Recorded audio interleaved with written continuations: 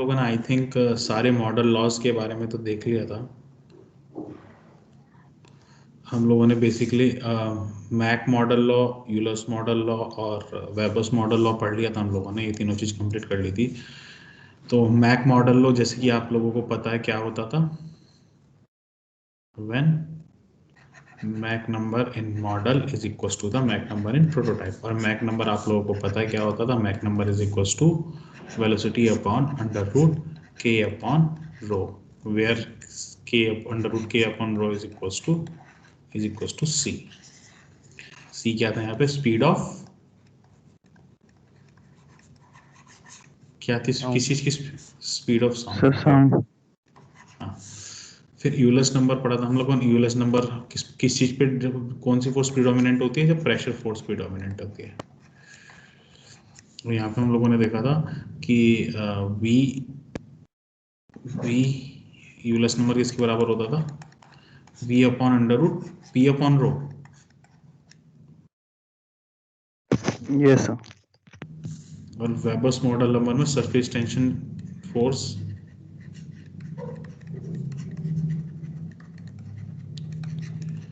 और Weber's number जो होता था वो हमारा किसके बराबर होता था, वी अपॉन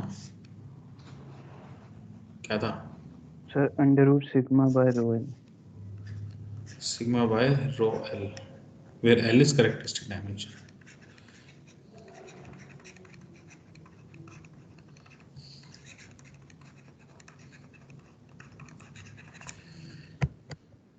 हम लोग देखेंगे थ्योरी ऑफ डिस्टॉर्टेड मॉडल। देखो, जो मॉडल्स होते हैं ना, मॉडल बेसिकली दो टाइप के होते हैं। मॉडल की जो क्लासिफिकेशन करी गई है वो दो टाइप में करी गई है। एक टाइप होता है अनडिस्टॉर्टेड मॉडल,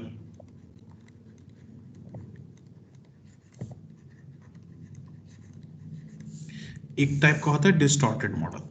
आपको वो नाम से पता लग रहा होगा तो आपको पता होगा डिस्टॉर्टेड का मतलब क्या होता है। डिस्टॉर्टेड का हिंदी में मतलब क्या होता है, नॉर्मली क्या क्या मतलब होता है डिस्टॉर्टेड का। सर खराब। खराब नहीं होता, खराब किसने कहा खराब होता है। सर सम इम्परफेक्शंस। क्या, सर जिसमें थोड़ी इम्परफेक्शंस हो sir. Imperfection, correct, right. Imperfection कह लो, और बेसिकली अगर एक वर्ड कहना ना, टेढ़ा मेढ़ा जो हो गया एक तरीके से, ठीक है, तो उसको बोलते हैं डिस्टॉर्टेड। ठीक है, तो अनडिस्टॉर्टेड मॉडल वो होता है जिसमें सारे टाइप की सिमिलैरिटी परफेक्टली एग्जिस्ट करे। ठीक है, तो मैं इसमें लिखता हूं, a model is said to be अनडिस्टॉर्टेड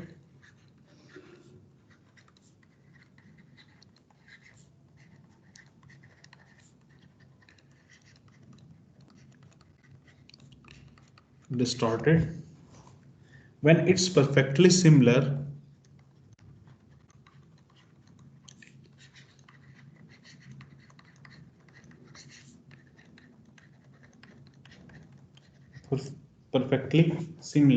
in all respects with its prototype.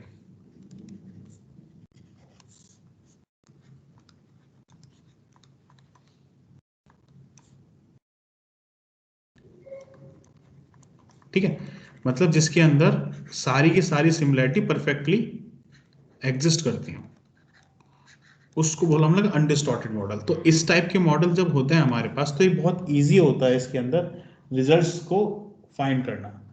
तो इनकी जो एनालिसिस होती है वो काफी इजी होती है। Analysis of undistorted model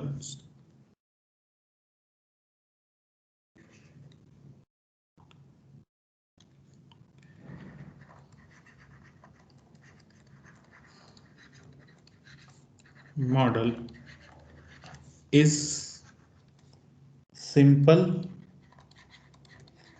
and result from the models can be easily used to find the results of prototype। ठीक है, जैसे कि हम लोग करते हुए आए हैं अभी तक, हम लोग जैसे कि करते हुए आए हैं कि परफेक्टली सिमिलर, सारी सिमिलर है, मतलब सारी सिमिलरिटी अगर एग्जिस्ट कर रही है तो हम लोग सिंपल मॉडल के, अगर हमें रिजल्ट्स पता है तो हम उससे प्रोटोटाइप के निकालना है, प्रोटोटाइप के पता है तो मॉडल के निकाल लेना, बहुत ईजी हो जाता है हमारे लिए करना। जबकि डिस्टॉर्टेड मॉडल क्या है कि उसके अंदर सारी सिमिलरिटी एग्जिस्ट नहीं करती। अब ऐसा क्यों होता है, रीजन, अब एक्चुअल में फॉर एग्जांपल अगर मैं तुमसे कहूं कि एक रिवर का तुम्हें मॉडल बनाना है, फॉर एग्जांपल एक रिवर है, उस रिवर का एक तुम्हें मॉडल बनाना है। अगर मैं एक एग्जांपल में देखूं,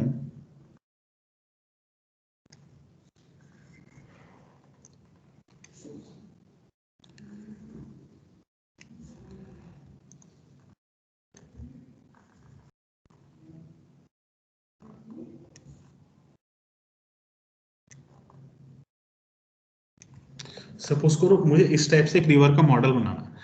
तो अगर मैं रिवर का मॉडल बनाऊंगा, फॉर एग्जांपल मैं लेंथ को और विड्थ को तो बराबर कर सकता हूँ, स्केल पे ले सकता हूँ, बट हाइट को तो नहीं ले सकता।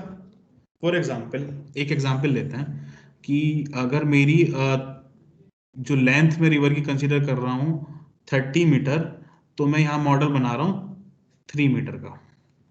ठीक है, तो स्केल रेशो एल आर क्या हो गया मेरा, एल आर क्या हो गया, ये मॉडल है, ये प्रोटोटाइप है, तो एल आर क्या हो गया, L M upon L P, और वी कैन से दैट 3/30, और we can also say that 1/10। मतलब मैं लेंथ पे 1/10 का रेशियो यूज कर रहा हूँ। तो अकॉर्डिंग टू अनडिस्टॉर्टेड मॉडल, मैं नेक्स्ट पेज पे करता हूँ, अकॉर्डिंग टू अनडिस्टॉर्टेड मॉडल, तो ये एल आर मेरा बराबर होना चाहिए विड्थ के लिए भी और हाइट के लिए भी। मतलब L M upon L P should be equal to B M upon B P should be equal to H M upon H P. ये ऐसा होना चाहिए ना, जब जब जाके मैं बोलूंगा कि मेरा ज्योमेट्रिक सिमिलर है।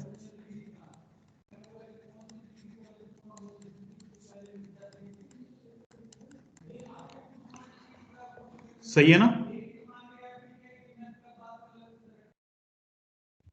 Yes sir. ठीक है, बट अब क्या है कि मुझे अगर विड्थ का रेशियो देखना है फॉर एग्जांपल, तो विड्थ मेरी है, विड्थ कितनी होगी, विड्थ कितनी होती है जनरली रिवर की, 3 मीटर है। तो 1/10 का अगर मुझे रेशियो बनाना है और 3 मीटर विड्थ है मेरी, तो मॉडल कितने विड्थ का हो जाएगा, 3 या 4 मीटर मान लो, 4 मीटर है तो मॉडल कितने विड्थ का हो जाएगा, 0.4।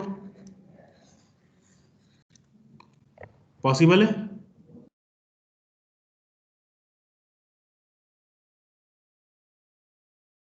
है ना? Yes sir. बट जब हम लोग हाइट की बात करेंगे, तो हाइट कितनी होती है जनरली, 1 मीटर, 1.2 मीटर, 1.5 मीटर। तो अगर 1/10 रेशियो में हाइट के केस में लूं, इन केस ऑफ 1 मीटर, तो ये बहुत ही छोटी रह जाएगी within centimetres. For example अगर मैं 1 मीटर की हाइट लूं, तो हमें बस सिर्फ 10 सेंटीमीटर, 10 सेंटीमीटर की ही हाइट। तो आप देखो यहाँ पे, जहां पे मेरी विड्थ 0.4 मीटर है, लेंथ 30 मीटर है, हाइट वहां पे सिर्फ 10 सेंटीमीटर है। उस केस में हाइट जो है वो सिर्फ 10 सेंटीमीटर है। तो यहाँ पे मॉडल को मैनेज करना बहुत ज्यादा डिफिकल्ट हो जाता है, डिफिकल्ट हो जाता है। क्योंकि जैसे कि बहुत बड़े बड़े मॉडल है, अगर उसमें हमें छोटे स्केल पे अगर करना है, तो हम उसकी लेंथ विड्थ और हाइट सबका रेशियो बराबर करने में हमें बहुत प्रॉब्लम होती है। तो हम लोग क्या करते हैं, हम लोग क्या करते हैं, उसके कुछ रेशियो को अलग स्केल पे कर देते हैं, कुछ को अलग स्केल। फॉर एग्जाम्पल अगर मैं इसी केस में, फॉर एग्जाम्पल ये लेंथ है, लेंथ ऑफ मॉडल है, और ये विड्थ ऑफ मॉडल है, और ये हाइट ऑफ मॉडल है, हाइट ऑफ मॉडल। बल्कि यहाँ पे तो मैंने 4 मीटर विड्थ भी बहुत ही थोड़ी ली है, बहुत ही कम ली है। ये अप्रोक्सीमेटली होता है 15-20 मीटर, 25 मीटर ऐसे होती है विड्थ, विड्थ भी। ठीक है, तो अब हम लोग क्या करेंगे, हम लोग लेंथ स्केल पे अलग ले लेंगे। फॉर एग्जांपल लेंथ को मैं अगर मैनेज कर सकता हूँ, जो चीज मैं कर सकता हूँ मैनेज, उसको मैंने एक साथ ले लिया, B M upon B P. तो इसका मैंने एक मॉडल का स्केल ले लिया, एल आर होरिजोनटल। ये मेरा हो गया हॉरिजॉन्टल, इसको बोला मैंने हॉरिजॉन्टल स्केल रेशो।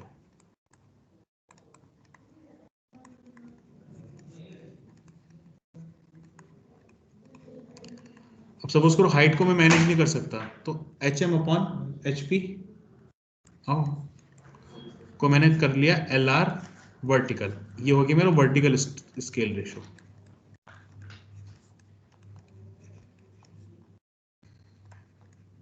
तो इस टाइप के मॉडल्स को, जिसमें हम लोग स्केल्स को दो लीनियर स्केल्स में डिवाइड कर लेते हैं, उनको बोलते हैं हम लोग डिस्टॉर्टेड मॉडल। करेक्ट?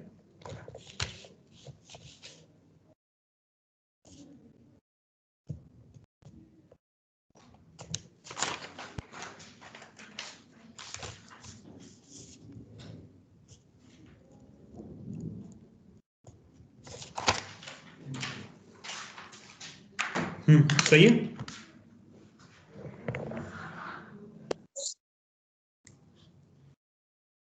समझ में आया नहीं आया बताओ?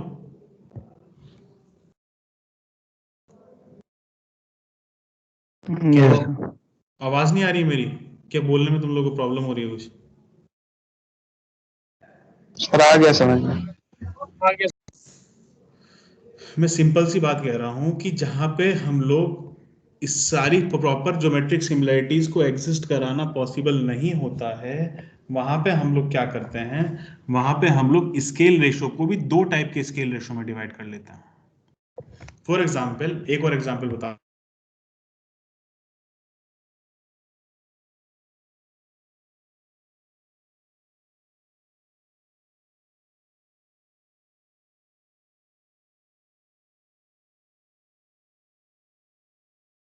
जो है वो बहुत कम है, जैसे कि वो प्रोटोटाइप है, उस प्रोटोटाइप की हाइट बहुत कम है, जैसे कि 1 मीटर, और विड्थ उसकी बहुत ज़्यादा है, फॉर एग्जाम्पल 50 मीटर, और लेंथ भी उसकी बहुत ज़्यादा है, 500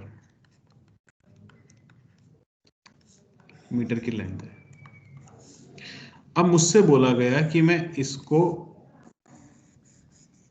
इसको 1:100 के स्केल्स पे कन्वर्ट करूं, 1:100 के स्केल पे कन्वर्ट करूं। तो जब मैं 1:100 के स्केल पे इसको कन्वर्ट करूंगा, तो जो मेरी मॉडल की लेंथ कितनी होगी, लेंथ ऑफ मॉडल कितनी हो जाएगी, 5 मीटर। विड्थ ऑफ मॉडल, अगर मैं ज्योमेट्रिक सिमिलर है तो बोल रहा हूँ, विड्थ ऑफ मॉडल कितनी हो जाएगी, 0.5 मीटर, और हाइट ऑफ मॉडल 0.01 मीटर। तो मैं कह रहा हूं कि इस स्केल का आप मॉडल तैयार करके देखो, तो क्या आप प्रैक्टिकली तैयार कर सकते हो इस स्केल का मॉडल, या फिजिबल होगा? No sir. Obviously no बात सर। है। मैं एक तरफ जहां मैं लेंथ ले रहा हूं 5 मीटर, विड्थ ले रहा हूं 0.5 मीटर, ये दोनों चीज बना सकता हूं मैं, चलो कोई दिक्कत नहीं है। वहां पे सिर्फ हाइट मुझे दिखानी है 1 सेंटीमीटर।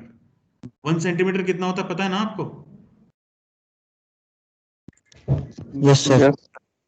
तो 1 सेंटीमीटर की हाइट दिखा के मैं क्या शो कर सकता हूँ, कुछ शो नहीं हो पाएगा। तो हम लोग क्या करेंगे, हॉरिजॉन्टल स्केल रेशो को हम लोग अलग कर लेंगे, और बीएम और एलएम को हम लोग स्केल रेशो को अलग कर लेंगे। इसी मॉडल को बोला हम लोगों ने डिस्टॉर्टेड मॉडल। क्लियर है? Yes sir. क्लियर है ना? ठीक है। तो अगर हम लोग डिस्टॉर्टेड मॉडल को डिफाइन करें तो क्या होता है distorted? Distorted models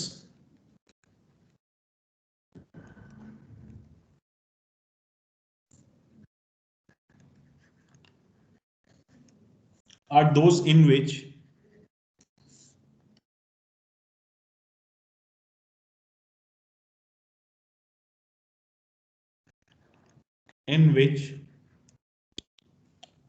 one or more term of the models are not one or more terms of the model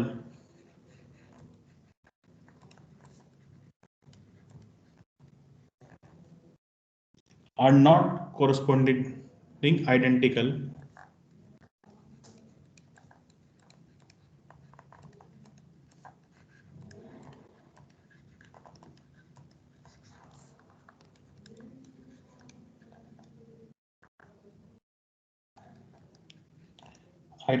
with their counterpart in prototype.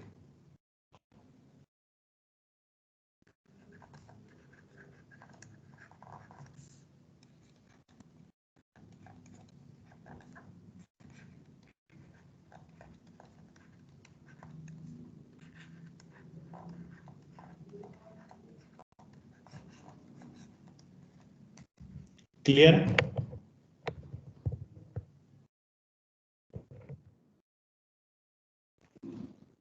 Yes sir. हाँ, तो जब हम लोग इन मॉडल्स को निकालते हैं, जैसे कि मैंने तुम्हें बोला कि हम लोग लेंथ और स्केल रेशियोज को अलग रख लेते हैं, तो अब आने वाले जितने भी हमारे डिस्चार्ज होगा, एरिया होगा, फ्रॉड नंबर जो भी होगा, वो सब अलग हो जाएगा। फॉर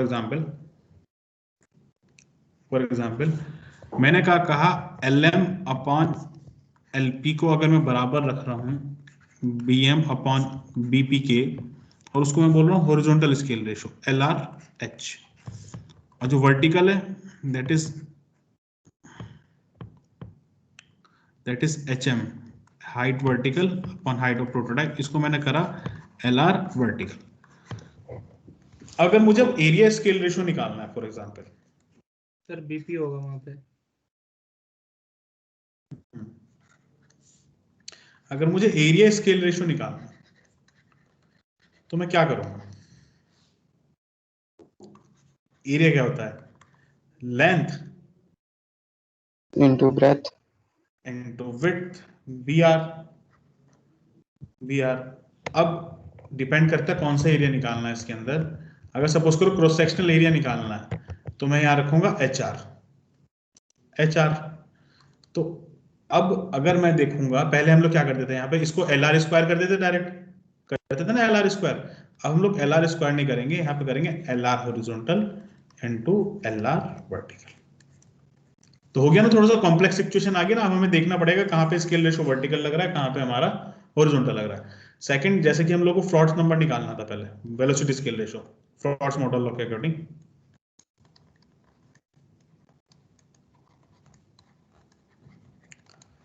तो क्या क्या होता है फ्रॉड्स मॉडल लॉ के according? FR model is equal to FR prototype. तो velocity in model upon GL। जब हम लोग फ्रॉड्स नंबर निकालते हैं और हम लोग रिवर की बात कर रहे हैं, तो रिवर में हाइट इंपॉर्टेंट होती है, डेप्थ ऑफ फ्लो जिसको बोला जाता है depth of flow, divided by under root GHP। तो इससे कैंसिल आउट हो जाएगा। तो VR इक्वल टू क्या हो जाएगा? VR equal to under root HR, और HR को हम लोगों ने बोला क्या? Length scale ratio vertical. अब हम लोग हॉरिजॉन्टल वाला नहीं लगा सकते वर्टिकल में, वेलोसिटी में, करेक्ट? फॉर एग्जांपल अगर हम लोग को डिस्चार्ज फाइंड करना है, सबको पता है डिस्चार्ज क्या होता है?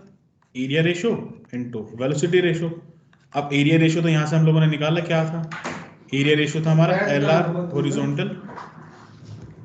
Horizontal into LR vertical. Velocity ratio क्या था? Under root LR vertical, LR vertical. तो ये हो गया मेरा क्या? LR horizontal into LR vertical की पावर 3/2। जबकि हम लोगों ने ध्यान हो तो आपको जब डिस्चार्ज निकाला था हम लोगों ने फ्रॉड्स मॉडल लॉ के अकॉर्डिंग, तो सीधा सीधा आया था LR की पावर 5/2 आया था ना। बट अब ऐसा नहीं होगा।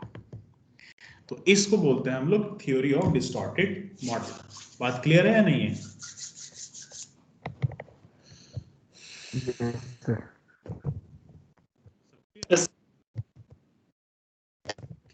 चलो कुछ क्वेश्चंस देखते हैं। आज हम लोग इसी के ऊपर है, गेट के क्वेश्चंस हैं कुछ डायमेंशन। आज मैं तुम्हें गेट्स और ईएस के क्वेश्चन भी दिखाता हूँ कि कैसे कैसे क्वेश्चन आते हैं इस टॉपिक से रिलेटेड। पहला क्वेश्चन बताओ जल्दी, आंसर क्या होगा इसका? If number of fundamental dimensions equals to m, then the repeating variable shall be equal to। 3 बार आया भाई, 2 बार ईएस में, एक बार क्या?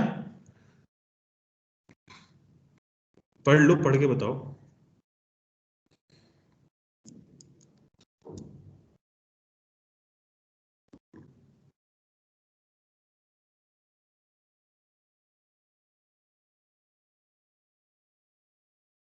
क्या हुआ? सिंपल सा क्वेश्चन है, तुम लोगों को कॉम्पिटिटिव एग्जाम में बैठना नहीं है।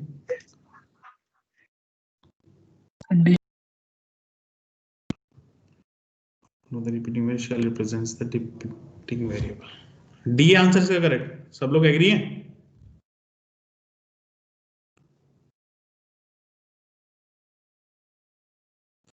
बकिंगम पाई थ्योरम नहीं पढ़ी थी?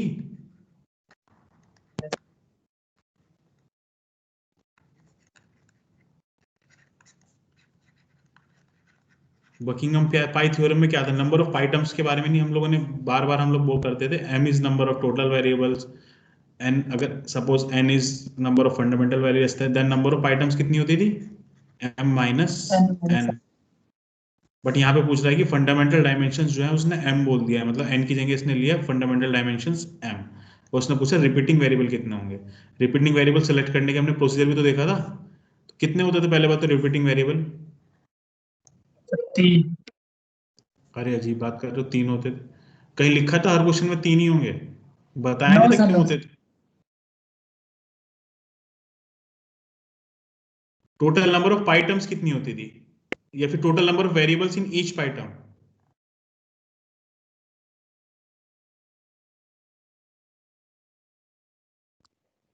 सर 4 होता है सर। यार m क्या प्लस ही 1 बात कर रहे हो, m+1 4 क्यों होंगे, sir m m plus plus 1 हो। m+1 तुम जस्ट अभी पढ़ के अगर ये तो ये सब चीजें नहीं कर पा रहे हो तो गेट में तो इतने कुछ एक साथ आएंगे। m+1 total number of variables होते थे in each pi term, yes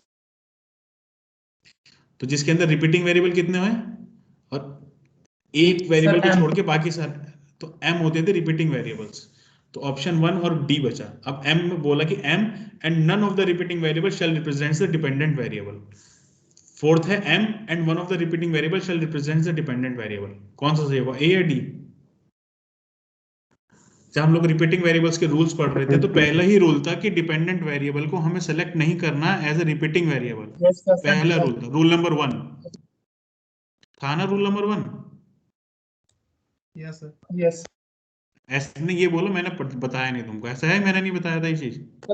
sir बताया था नहीं तो बताया था तो बोलना भी पड़ेगा ना फिर उसको। ए सर आंसर बताया था इसका, सर बुक्स में इसका आंसर सी दे रखा है बट वो गलत है, ठीक है। Next question number 2, in A steady flow through nozzle the velocity, ये वाला करके दिखाओ अगर कोई करके दिखा सकता है क्वेश्चन तो। बहुत बेसिक क्वेश्चन है, बहुत ही बेसिक क्वेश्चन है।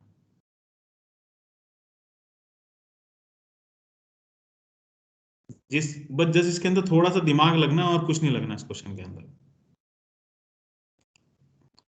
In a steady flow through a nozzle, the flow velocity of nozzle axis is given by v equals to u naught, u naught 1 plus 3x by l,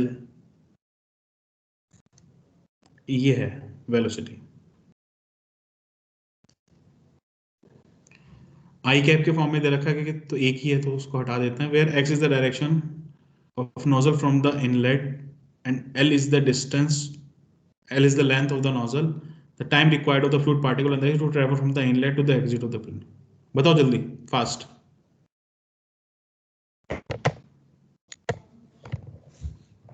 कर सकते हो या नहीं, समझ में आ रहा है कैसे करना, चलो एक हिंट दे देता हूँ तुम लोगों को।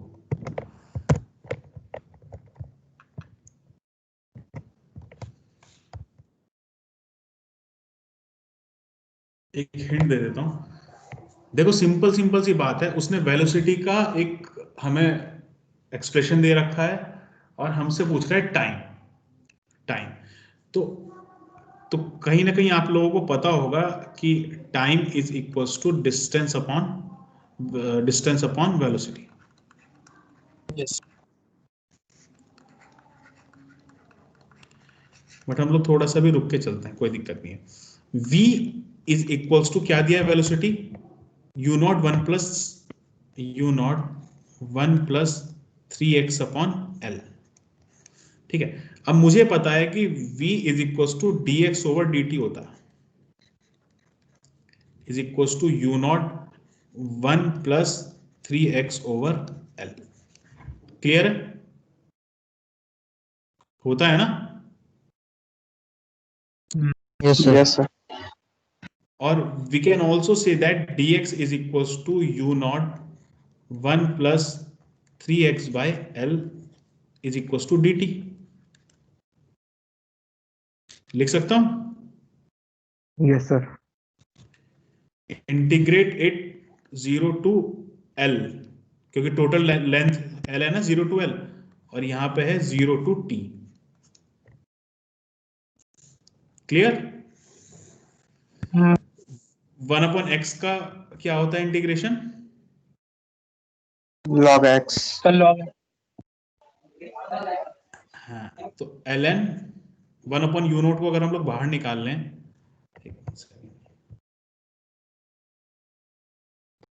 1/u0 को अगर हम लोग बाहर निकाल लें तो ln 1 + 3x/l, और जो अंदर वाला होता है उसको हम लोग मल्टीप्लाई में करते हैं, डिवाइड में करते हैं? डिवाइड में। डिवाइड में। तो वैसे भी उससे कोई फर्क पड़ेगा नहीं, x का क्या, x का इंटीग्रेट, अच्छा हाँ पड़ेगा। सर 3 है ना सर। 1 का तो 0 हो जाएगा, 3x/l का 3/l आ जाएगा बस, ठीक है ना, इज इक्वल्स टू t, और यहां से इंटीग्रेशन हो जाएगा मेरा 0 to l। तो अगर इसको हम लोग करें तो 3l/3u0 तो बाहर आ जाएगा, और यहाँ आ जाएगा ln 1 + 3x/l 0 to l is equals to t। तो यहाँ पे l रखेंगे हम लोग, तो l into 3u0, sorry l into 3u0 into ln 4 is equals to time period. बताओ किसके साथ मैच कर रहा है? Option B. Sir B. Yes sir. तो इसके अंदर कोई कॉन्सेप्ट नहीं था, बस बेसिक कॉन्सेप्ट था, थोड़ा सा दिमाग लगाना था इसके अंदर, और सब अपने आप हो जाएगा सॉल्व। सिंपल था ना ये, बहुत ज्यादा। 2 नंबर का क्वेश्चन है गेट में, ठीक है। ये वाला बताओ, ये तो और सिंपल है, 2 नंबर का क्वेश्चन है ये, जल्दी बताओ ये वाला क्या है। The Reynolds number for flow of a certain fluid is specified as 2500. What will be the Reynolds number when tube diameter is increased by 20% and the fluid velocity is decreased by 40%, keeping fluid the same? मतलब समझ में आ रहा है? Reynolds number किसी चीज का 2500 दे रखा है, वो बोल रहा है कि रेनॉल्ड्स नंबर में क्या चेंजेस आएंगे अगर मैंने जिस डायमीटर, जिस पाइप में फ्लो हो रहा है उसका डायमीटर इंक्रीज कर दिया 20% और जो वेलोसिटी को डिक्रीज कर दिया 3%, 40%। तो रेनॉल्ड्स नंबर में क्या चेंज आएगा, मतलब नया रेनॉल्ड्स नंबर क्या होगा?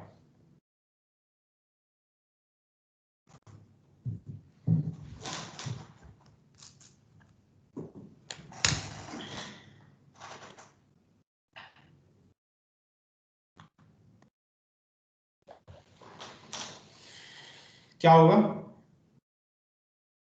संजीत कर सकते हो, अप्रोच कर पा रहे हो क्वेश्चन को? नहीं सर सी होगा क्या? होगा क्या, मुझे क्या पता, तुम बताओ क्या होगा। एक आंसर बताओ फिर मैं बताऊंगा, और तुक्का नहीं मारना, कॉपी और पेन हाथ में होना चाहिए तब कर पाओगे तुम इसको। देखो मैं करूंगा ना, तुम लोगों को लगेगा बहुत सिंपल है। छाया तुम बताओ। सर स्क्रीन शो ही नहीं हो रही। तो तुम्हें अब समझ में आ रहा है स्क्रीन शो नहीं हो रही? तो तुम क्या पढ़ रहे थे, अब सर आज लेक्चर में रहने, बहुत टाइम नहीं। लेक्चर में रहने के लिए पढ़ रहे थे क्या, बस अपनी शक्ल दिखानी थी लेक्चर में?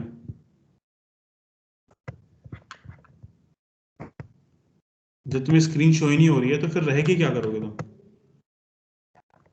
सर मैं या काफी फिर देर कुछ से ट्राई कर रही हूँ लॉगिन करके। आप शो हो रही है? No sir.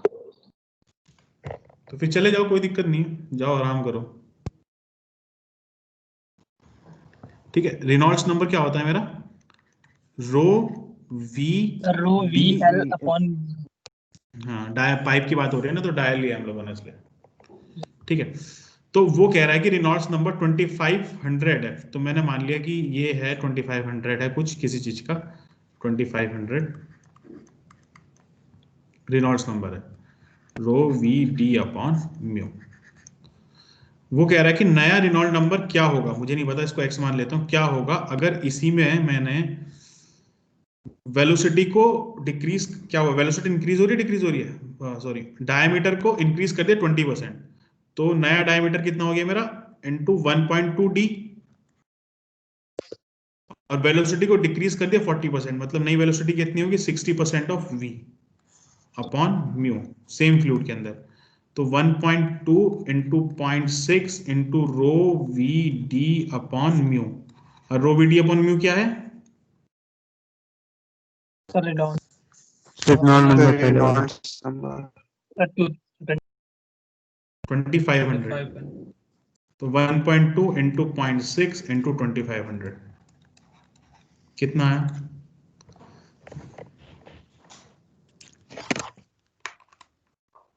सर 1800। तो आंसर कौन सा होगा? Sir B. सिंपल था या नहीं था? यस। Yes sir.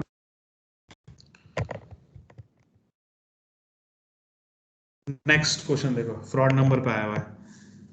ये वाला बताओ इसका आंसर क्या होगा? बस आंसर लिखे हुए हैं इसमें नीचे, पढ़ लिया होगा तुम लोगों ने, मैं हटा देता हूँ।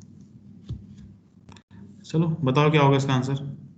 The square root of ratio of inertia force to the gravitational force is called, within seconds, जल्दी quick answer. Mach number. Good, very good. कौन था ये? नाम बताओ अपना। निहाल अहमद। निहाल अहमद। निहाल थोड़ा सा पढ़ना शुरू कर दो। Square root of ratio of inertia force to the gravitational force is called Froude number. Froude number, sorry sir. Frod's number, B. Yes. Next, fifth question. An aeroplane is cruising at a speed of 800 km per hour at altitude where the air temperature is 0 degree Celsius. The flight Mach number in at this speed is nearly. मैं आपको बता देता हूँ, air के अंदर जो sound की speed होती है वो अप्रोक्सीमेटली 1293 किलोमीटर पर आवर होती है। 1293 किलोमीटर पर आवर। तो मैक नंबर आप लोगों को पता है क्या हो? मैक नंबर क्या होता है? Speed of object divided by velocity of sound. तो सिंपल सिंपल 800 डिवाइडेड बाय 1293, कितना आया आंसर?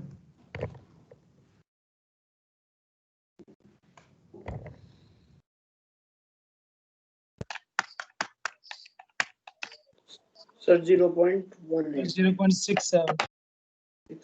0.616 ठीक है, जो भी आंसर आ रहा है 0.61 सबसे नियरेस्ट यही है, तो यही करेक्ट होगा।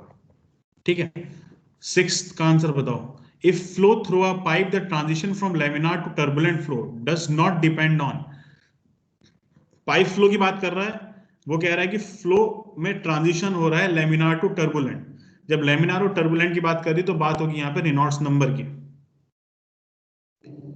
तो किस किस चीज पे डिपेंड नहीं करता? Reynold number is dependent upon velocity, इस पे भी करता है, डेंसिटी पे भी करता है, डायमीटर पे भी करता है, लेंथ ऑफ द पाइप पे नहीं करता। तो answer is D, correct. Seventh का है, एक्चुअली ये बहुत ज्यादा, इस टाइप के क्वेश्चंस भी बहुत आते हैं कि जब तुमने फ्लूइड मैकेनिक्स में हर चीज नहीं पढ़ी हुई होगी, तो हम लोग को जब इस टाइप के क्वेश्चन आते हैं तो हम लोग को मैच बनाना पड़ता है कि कौन सा हमें पता है। देखो, फूरियर नंबर हम लोगों ने नहीं पढ़ा है, फूरियर नंबर।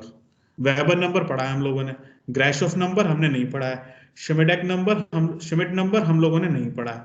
तो वेबर नंबर की बात करते हैं हम लोग। वेबर नंबर किसके साथ मैच कर रहा है? Surface tension, forced convention, natural convention, radiation, transition of heat और मास डिफ्यूजन, किसके साथ मैच कर रहा है weber number? Surface tension. Surface tension. Surface tension के साथ मैच कर रहा है। तो देख लो बी का 1 किस में है? बी का 1 सिर्फ एक पार्ट में, विच इज सी। तो सी आंसर है। ठीक है, बाकी ये सारे नंबर मैकेनिकल में थर्मोडायनामिक्स वगैरह में यूज होता है ये सारे नंबर। बट हम कई बार क्वेश्चन इस तरह से ही दिया जाता है कि तुम्हें सिर्फ एक मैच होना चाहिए तुम्हारे साथ। ठीक है,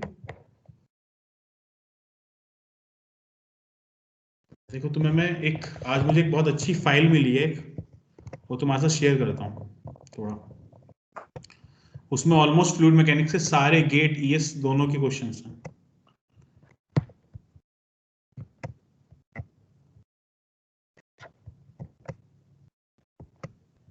और उसको देखना और बताना कि ऐसा कौन सा क्वेश्चन है जो हम लोगों ने डिस्कस नहीं किया।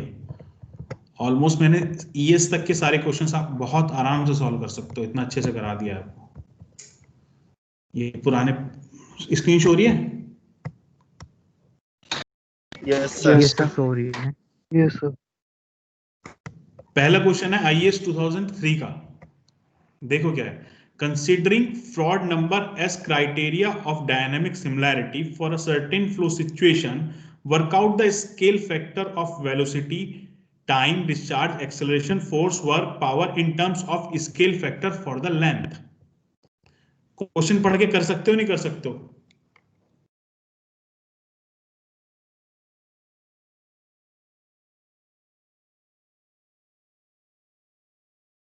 नहीं समझ में आ रहा है?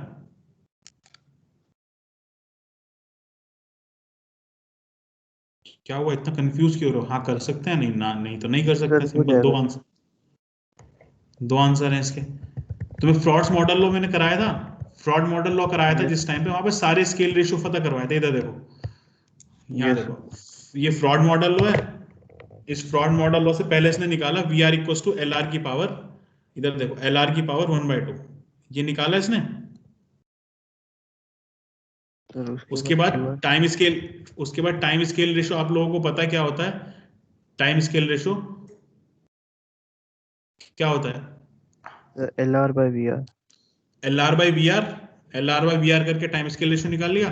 डिस्चार्ज रेशियो आपको पता है area into velocity. Discharge ratio LR की पावर 5/2 ये हम लोगों ने निकाला है. एक्सेलरेशन रेशियो हम लोगों ने निकाला है. इस फ्रॉड नंबर का स्केल रेशियो, सारी चीज हम लोग ऑलरेडी पढ़ चुके हैं.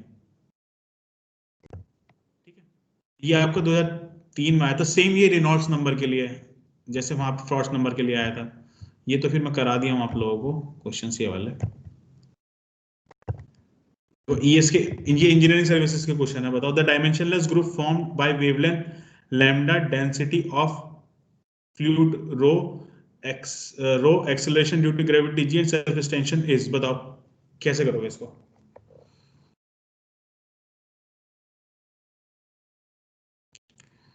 कौन सा डायमेंशनलेस ग्रुप होगा इसके अंदर, कैसे पता लगेगा?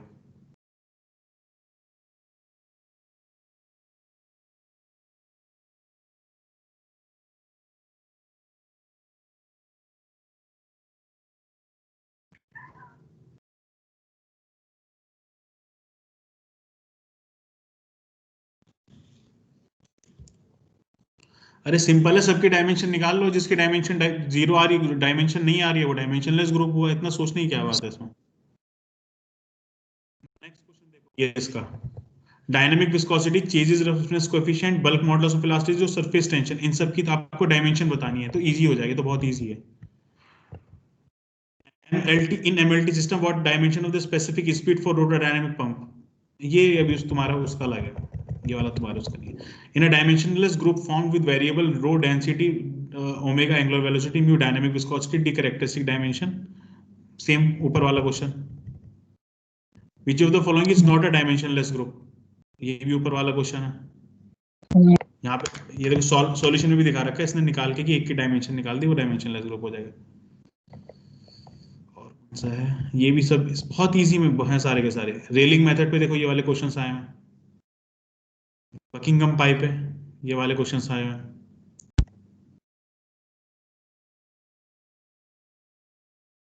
इजी है बहुत ज्यादा. थोड़ा सा हम लोग देखते हैं, थियोरेटिकल क्वेश्चंस इसमें है नहीं है.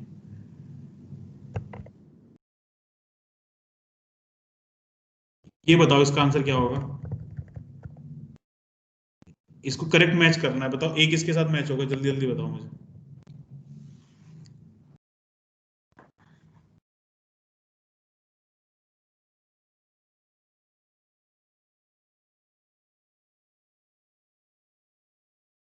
सर सी वाला दूसरे के साथ.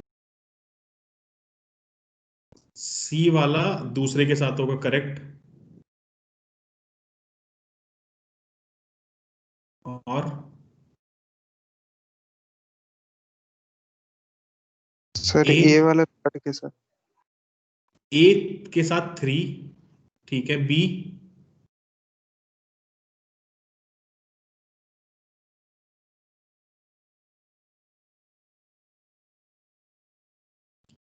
फ्रॉड्स मॉडल लो यार, सिंपल सिंपल से बस √GR/LR लिखा तो है. ग्रेविटेशनल फोर्स इतना क्या सोच रहे हो? ग्रेविटेशनल फोर्स जहां पे होगी तो E वाला 3421 मतलब इसका आंसर होगा 3421। देखो 3421 कहाँ पे है? बी, बी आंसर है, B वाला। करेक्ट। ठीक है ना, correct. For achieving dynamic similarity in model studies on shift Froude number are equated, consider the following state. अच्छा ये वाली स्टेटमेंट वाले क्वेश्चन देखो, ये बहुत अच्छे होते हैं। ये वाले क्वेश्चन देखो, बताओ इसका आंसर क्या होगा। मुझे कौन सी इन तीनों में से कौन सी स्टेटमेंट सही है, कौन सी गलत है, ये देखनी है। आईएएस 2005 का क्वेश्चन है।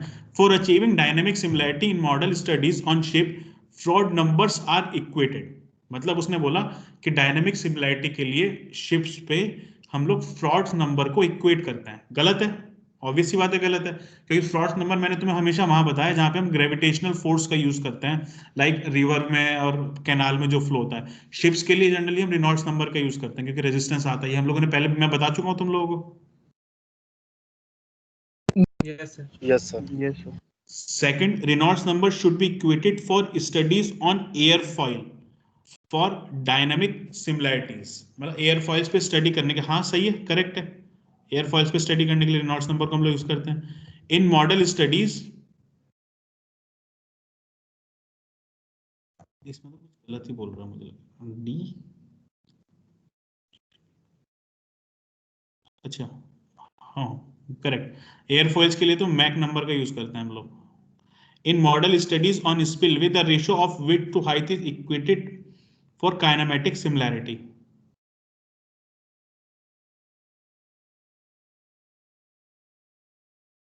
ठीक है, थर्ड तो ठीक है। फर्स्ट वाला अब मुझे इसका आंसर समझ में नहीं आ रहा। ये लोग बोल रहे हैं कि फर्स्ट वाला करेक्ट है स्टेटमेंट, जबकि मेरे हिसाब से तो करेक्ट होना नहीं चाहिए। ठीक है, तो हो सकता है कुछ गड़बड़ हो इसके अंदर। ठीक है, काइनेमेट देखो, नेक्स्ट देखो, काइनेमेट 27, kinematic similarity between model and prototype is the similarity of, क्या होता है काइनेमेटिक सिमिलैरिटी में, किस चीज की सिमिलैरिटी लेते हैं? शेप की हम लोग लेते हैं ज्योमेट्रिक में, तो शेप हट गया। फोर्सेस के लेते हैं हम लोग डायनामिक में, तो फोर्स हट गया, फोर्स हट गया, बचा डिस्चार्ज और स्ट्रीमलाइन पैटर्न। काइनेमेटिक सिमिलैरिटी में क्या होता है? वेलोसिटी और एक्सेलरेशन। अब वेलोसिटी और एक्सेलरेशन हम लोग किस में लेते हैं? स्ट्रीमलाइन पैटर्न में, डिस्चार्ज में लेंगे नहीं हम लोग। एक बार 28 देखो क्या है 28, Reynolds number must be same for the model and prototype immersed in subsonic flow.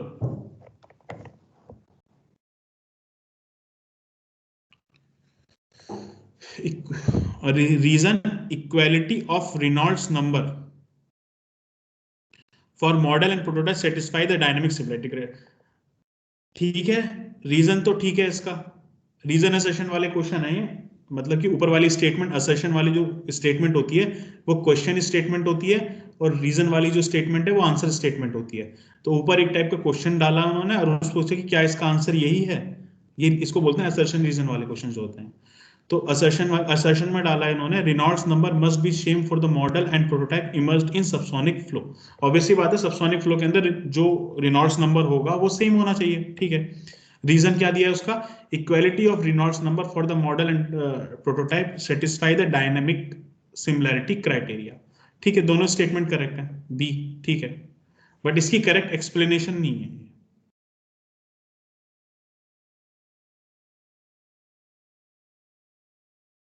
ये वाला क्वेश्चन देखो, ये अच्छा है, 29, क्वेश्चन नंबर 29।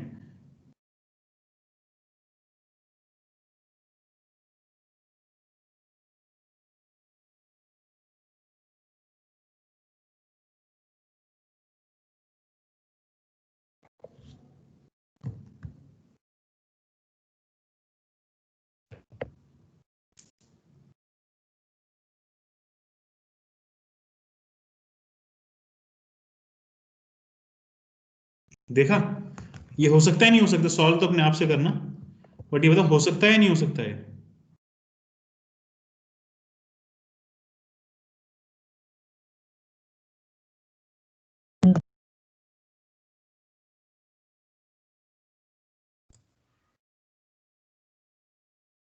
इजी क्वेश्चन है, बड़ा आराम से हो जाएगा। इवन सारे ही क्वेश्चन इसके बहुत इजी हैं, बड़ी आराम से हो जाएगा। Force ratio tank frauds model law के हैं, बहुत सारे क्वेश्चंस हैं, अभी तो सारे तो नहीं करा सकता तुम लोगों को। लो इसमें आईएएस के भी क्वेश्चन है इसके अंदर, सिविल सर्विसेज के।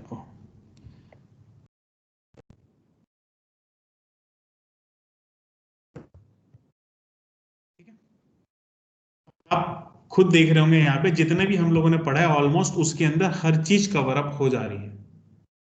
ठीक है, बस हम लोगों को थोड़ा सा स्टडी करना है, क्या डीप स्टडी, तो आप लोग इंजीनियरिंग सर्विसेज के भी क्वेश्चंस आराम से कर लोगे। बट बेसिक्स हमारा वही है जो हम लोग अभी देखते आ रहे हैं। ठीक है।